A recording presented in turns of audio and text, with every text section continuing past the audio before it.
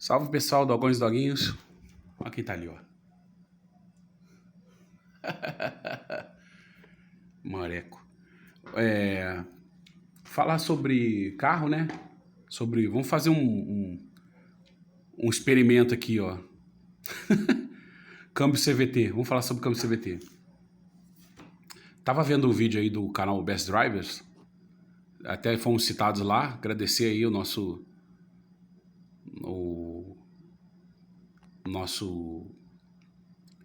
colega aí de YouTube.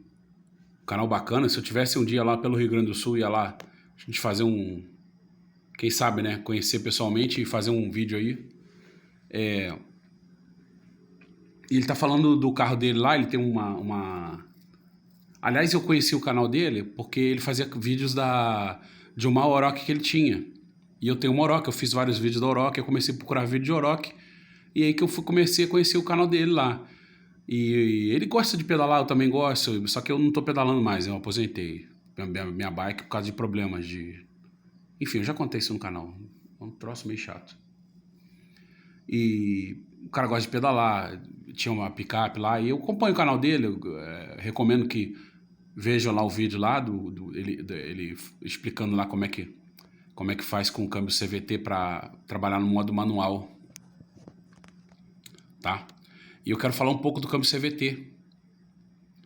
E aí o vídeo dele lá me inspirou a falar, né? Aí eu botei essas duas garrafas aqui, ó.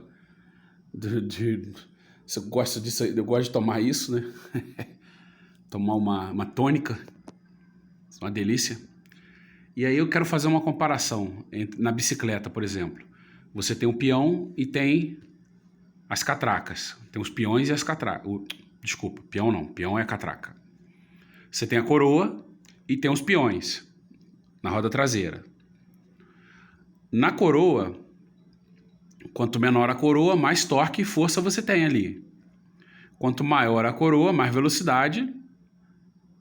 E você aplica torque ali, mas se aplica mais talvez potência, né? Se eu tiver errado, alguém me corrige. E nas rodas, quanto menor a catraca, mais velocidade você tem. Quanto maior a catraca, menos velocidade você tem.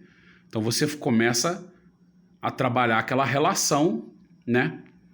E eu costumo dizer, por exemplo, se você anda muito em reta, você vai andar muito na coroa grande, tanto que às vezes você vai trocar a relação da bike só porque a coroa grande gastou. E aí você às vezes anda na terceira ou na quarta A minha tinha 9, né? A minha tem 9. Andava ali na terceira ou na quarta durante muito tempo, as que giravam mais, né? No plano.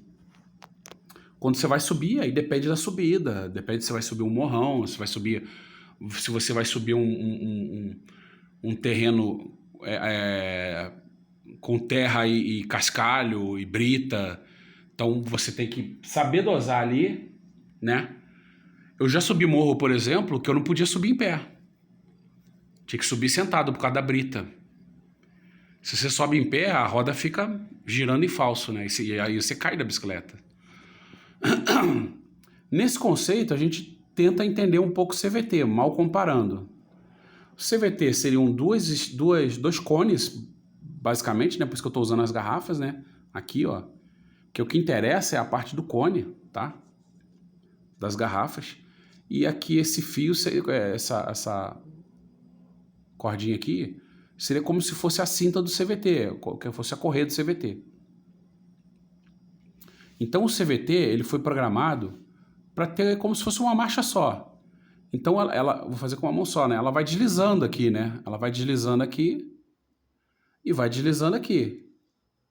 Então você tem uma relação de marcha dentro desses intervalos, praticamente infinita, né? Você tem uma grande possibilidade, inclusive, dependendo da estratégia do motor, você pode manter uma rotação X lá, um torque X, a central segurar, se você, por exemplo, você deu o pé fundo, ela te segura lá na maior faixa de torque e vai trabalhando aqui para o carro ir ganhando a velocidade o mais rápido possível, certo? Então, basicamente, o câmbio CVT é isso, é você trabalhar com 2 cones. É um câmbio simples, muito mais simples que um câmbio automático tradicional, né? Porém, o que eu quero dizer também sobre o câmbio CVT? O fluido do câmbio, o óleo do câmbio do CVT, ele é diferente do óleo do câmbio automático, certo? E diferente também do câmbio manual.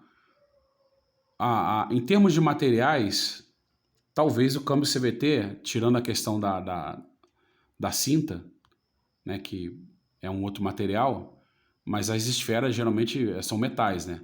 Já o câmbio automático, ele vai ter composite, tipo um papel, né, um papelão, então a composição do óleo não pode agredir aquelas peças. Mas no câmbio CVT, o mais importante aqui do câmbio CVT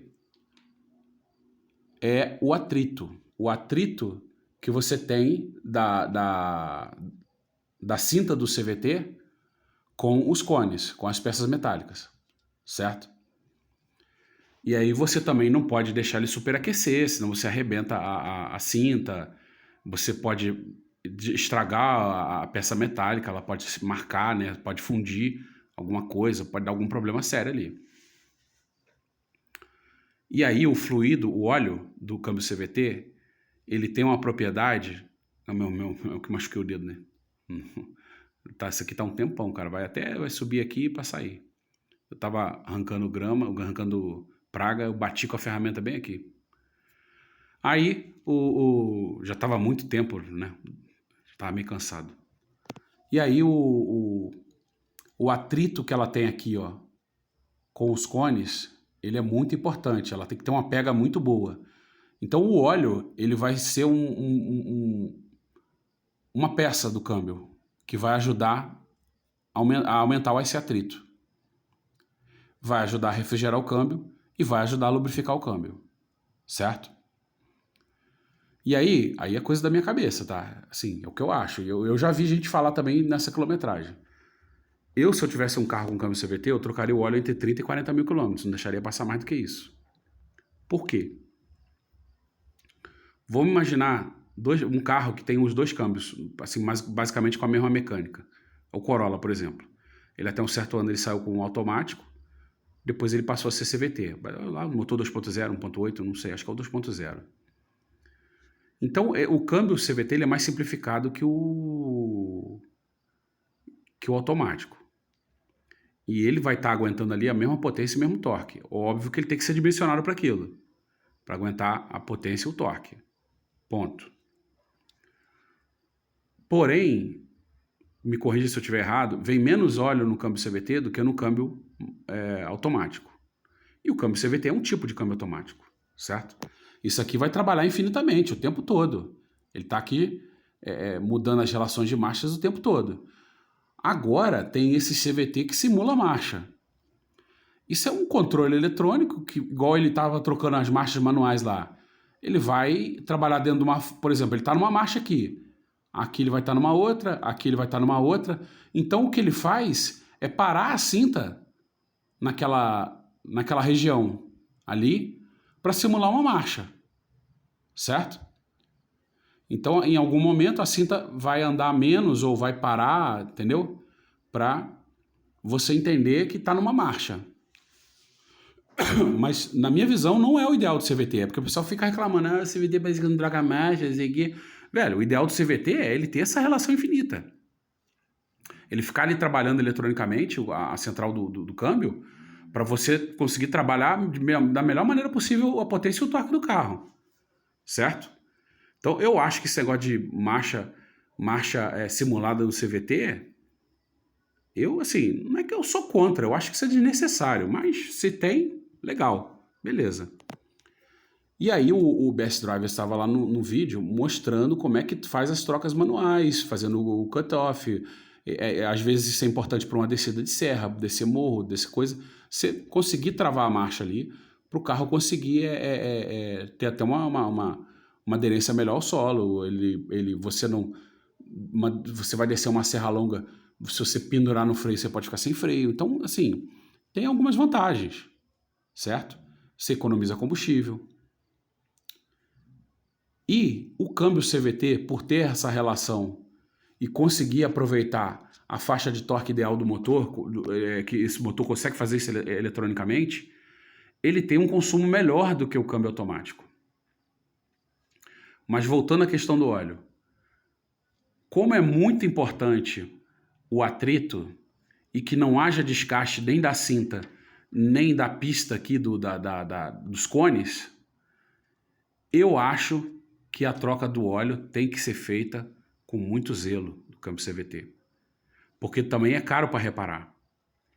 Então, aí eu tô falando se eu tivesse um câmbio CVT, um carro com câmbio CVT, e parece que tem alguns câmbios CVTs que são difíceis de achar peça. Eu não sei como é que tá agora, parece que já tá tendo peça, já estão conseguindo peça.